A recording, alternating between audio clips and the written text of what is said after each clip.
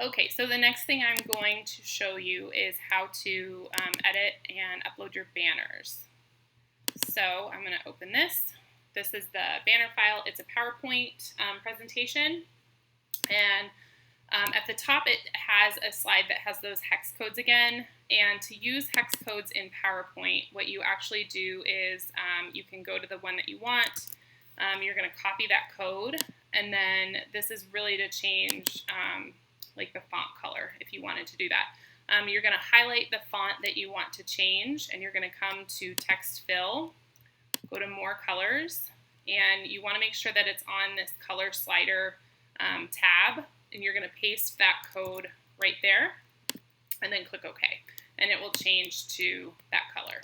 So that's just a little FYI. Then down below, this is where the actual banners are. So there are banners for grade levels. There are also banners for subjects, specific subjects. There's 2 font options, just like there are for the Google slide templates. So you can pick whichever font you like and make banners for whatever you need. I included the subjects because I know some teachers like to have a different banner for each page of their website, and I also know there are some teachers out there that only teach specific subjects, so that kind of applies to them. So you can pick whatever works for you. I'm going to show you how to edit them in just a second, but I want to show you at the very bottom, there are some blank banner templates that you could use to make your own banners if you wanted a specific font or specific colors, or I didn't include the text that you need or something like that. So there's those options.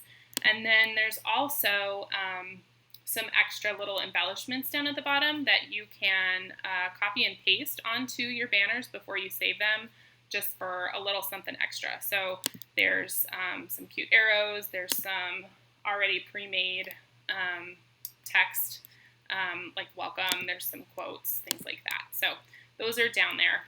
But let me show you how to edit these banners. So I'm going to scroll up. I'm a 3rd grade teacher, so I'm going to edit that one. I'm going to pick this one, this font. So these are, you are not able to change the text that's on here already, but you're able to add your own. So to do that, if you wanted to add your name or something like that, your school name, you're going to click Draw a Text Box. You can draw your text box here. Just a little FYI with Google Sites, the banners tend to get cut off at the top, sometimes a little bit on the sides, and not too often the bottom, but definitely the top. So don't put anything too far up. When working with the banners, it really is better to scrunch your text towards the middle as much as possible. So just a little FYI. So once you have your text box, you can type whatever you want. I'm going to type my name. Szymanski is my married name. That's how you say that. I always get that question. My maiden name was O'Grady, so that's where the Irish teacher comes from. I'm not from Ireland. I get that question sometimes too. I think that would be pretty cool if I was, but I am not. Anyways, tangent. Back to this. So once you have your text typed out, you can change the font to whatever you want. And I would not go much bigger than this because, again, that top, it's just a little risky. So from here, I always like to add a shadow to my text. I think it just makes it pop a little bit. So to do that, you would go to Shape Format and then click on this little A here, and you have shadow options. I always pick that one. And then that's done. Now, this background is definitely a little busy. So if you are noticing that it's kind of difficult to read the text that you're adding, a little trick is that you can add a rectangle and give this a little bit of a background and make it pretty transparent so you can still see the pattern behind it. So I'm going to draw a rectangle, but I just want it big enough to cover my text. I don't want it any bigger than that. So I'm going to draw it, and then I'm going to come over here. This is the Shape Format tab again. I'm going to click a white shape fill. I'm going to get rid of the outline around it. So I really just have a white box now.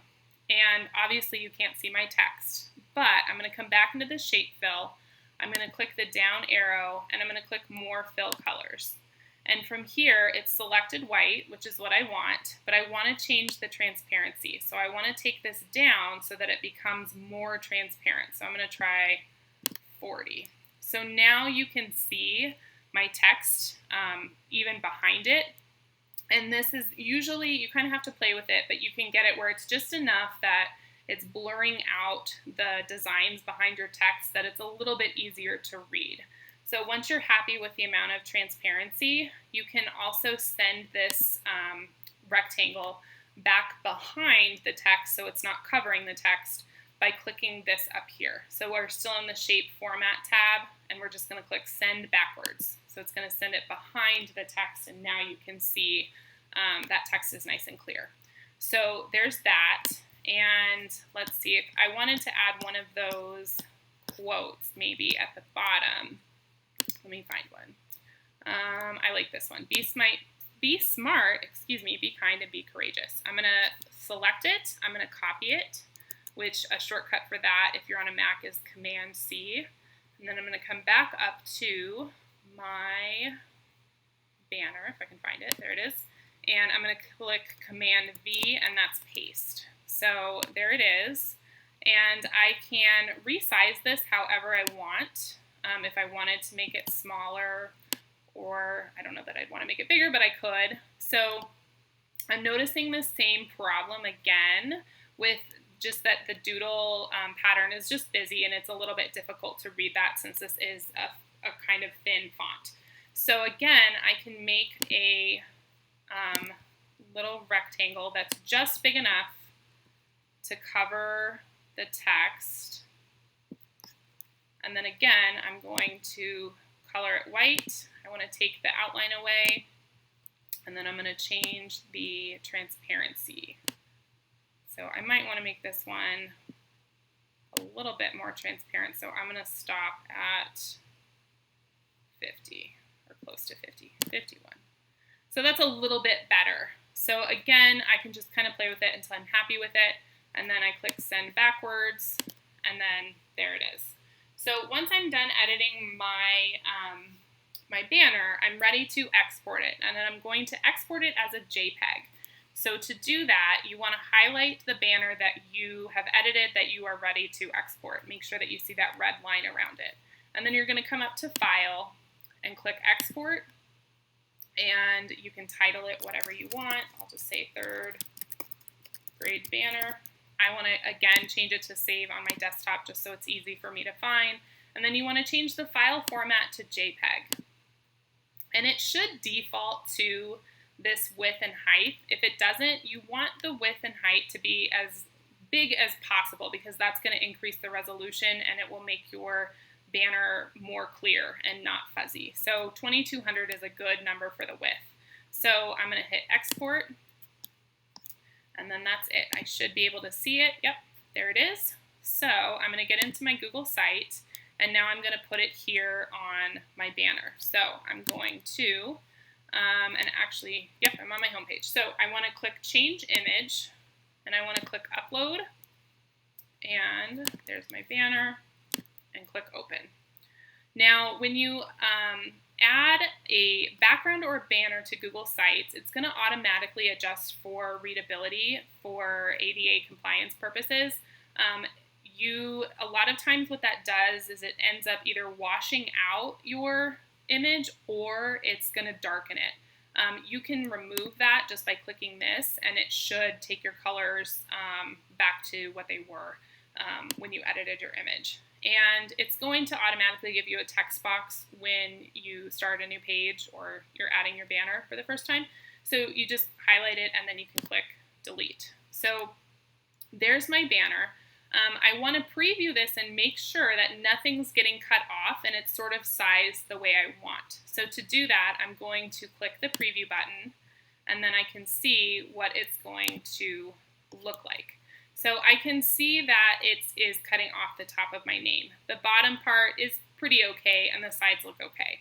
So a couple different options for you. You can either edit your PowerPoint slide to change the size of your text and make it smaller. That's one option, and kind of keep playing around with that. Another option is you can change the header type, and these are sized really for the large banner. They fit a little bit better with the large banner, so I would suggest that option, and you can see it made it much taller. And if I preview this, then I can see it's not getting cut off anymore. So that's usually my recommendation, is just to switch to a large banner. Sometimes, depending on the text here in the preview, when you switch to large banner, it might look like it's getting cut off on the sides. Or I'm sorry, not the preview. When you're working on the editing side of things, it might look like it's getting cut off on the sides. If you switch to preview, then you should see that it's not getting cut off and it does fit. Always check the preview, because that's exactly what your parents and students are going to see when you publish your site. So that's an option. Another thing, though, that I want to show you that is a different option altogether is taking off your banner. And let me tell you why you might want to do that. So if I go back to my preview, this is what my website is going to look like when it is viewed from a computer screen, like a laptop or a desktop. However, if I change it to tablet view, you notice that my banner starts to get cut off on the sides. And if I switch to the phone view, it's completely cut off. And that we know, I'm sure you know from distance learning in the spring, that lots of our kids only have access to technology that are phones and tablets. So this could be really kind of difficult for them to navigate, or at least to know where they are, if they can't see the whole banner. So if that is something that's going to bother you and you would like to work around that, let me show you an option. So what you can do is change the header type to title only. And that's going to take away your whole image. And what that is leaving space for is that text box that we just deleted. It would just be that. But since we deleted it, it's not there. So right now it's just this white image. And what I'm going to do is I'm actually going to insert the banner just as an image, a separate image. And when I insert it, it's going to drop it down here below my button, but I can just grab it and drag it back up. Wherever that blue highlight bar is where it's going to land. So once it's there in its own section, I can let go, and it's going to drop right there. And from here, I can resize it so that it takes up the whole section. You can see those kind of vertical guidelines. You can go to the very, the last guideline on either side. So it won't let you go all the way to the page edge, but it will let you drag it to that very outside line, if that makes sense. So I can resize it to make it big. And again, just like with a button, sometimes it cuts off the top or bottom or sides. If you just hit this uncrop, it will recenter it, and it should zoom out enough that you're seeing the entire image. So from there, now when I click preview, you can see that in phone view, you can still see the entire banner and all of the text that you have. Same with tablet, and same with the regular large screen view. Now, right now, there's this big white box up at the top because that header is still there. If that's going to bug you, that would bug me personally. You can highlight it and then just trash can it and delete it. And then from there, it still has this line right here, which is the title of your site. Once you've titled it, it will show up right here also. But that's much less of a distraction than that huge white box. So now there's just this tiny little box up at the top. There are the white on the side. There's nothing you can do about that. But again, when you switch to tablet view, you can still see the whole banner. And then again, when you switch to phone view, you can still see the whole banner. So that's another option for banners if you want to make sure that your families can see all of it all the time. So that's it for banners. The next video, I'm going to be talking about backgrounds and different things that you can do with the backgrounds in Google Sites.